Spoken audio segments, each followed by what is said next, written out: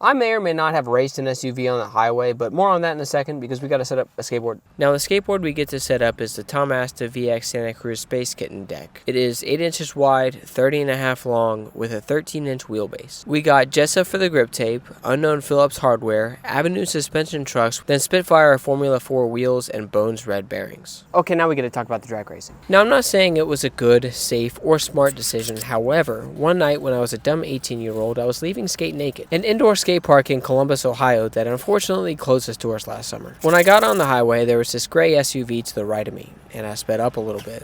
Then he speeds up a little bit, which means he wants to race, so I confidently stomped on the gas, starting to pull away from him. Now, what I didn't know at the time is that gray SUV was a Dodge Durango SRT, which has a 6.2-liter Hellcat pushing out over 700 horsepower sitting under the hood. So when he hit the gas, he was gone, just like all my joy that night. So I drove home sad. Dude, every time I film one of these videos, I swear I missed the kickflip test. Let's see if we can pass it today.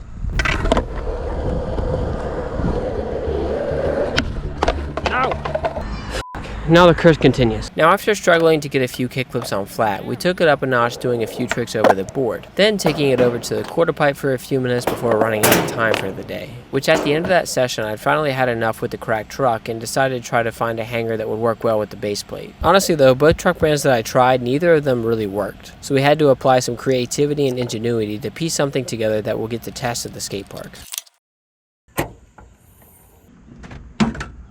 So when I got here, I rode around the walking trail real quick once, and so far the trucks with the DIY bushing cup feel great. But something that I found out yesterday is that the grip tape is grippier than I'm used to / want it to be, which if I remember right, I've heard of Nigel Houston just taking some extra grip tape and sanding down the grip tape to make it less grippy. But I can't remember 100%, and I don't have any extra grip tape anyway, so we're just gonna try to do a bunch of ollie and nollie tricks to mellow it out, so then hopefully by the end of the session, it'll feel somewhat normal.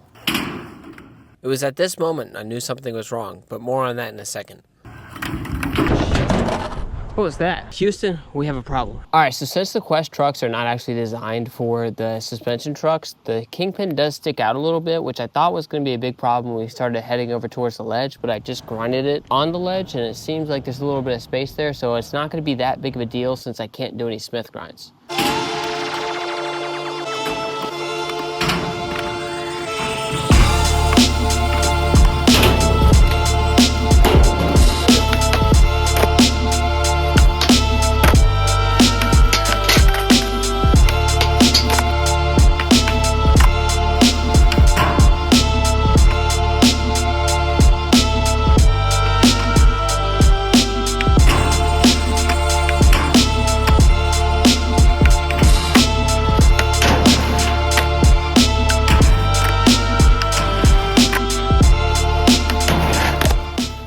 Dude, that crooked grind took forever, and I'm not sure if it's just me or if I'm starting to wear through the electrical tape that I used as a pivot cup, you know, just from turning back and forth, wearing a hole into it. But that's neither here or there, because now we get to see if we can nollie 50-50 this ledge faster than the ledge that we did a couple days ago.